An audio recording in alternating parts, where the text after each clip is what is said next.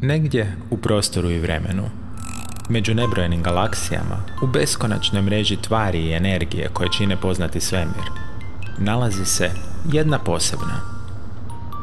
Kao bezbroj drugih i ona je skup gravitacijom vezanih zvijezda. Te zvijezde žive svoje živote, kao i one u susjednim i udaljenim galaksijama. Većina njih ima svoju planetarnu obitelj, a neki od tih planeta dom su znatiželjnim bićima. Ono što baš tu galaksiju čini posebnom, jest što je ona tvoj dom. Negdje na njezinoj periferiji nalazi se jedna malena žuta zvijezda, praćena predivnim planetima, o kojima ćeš još puno toga naučiti.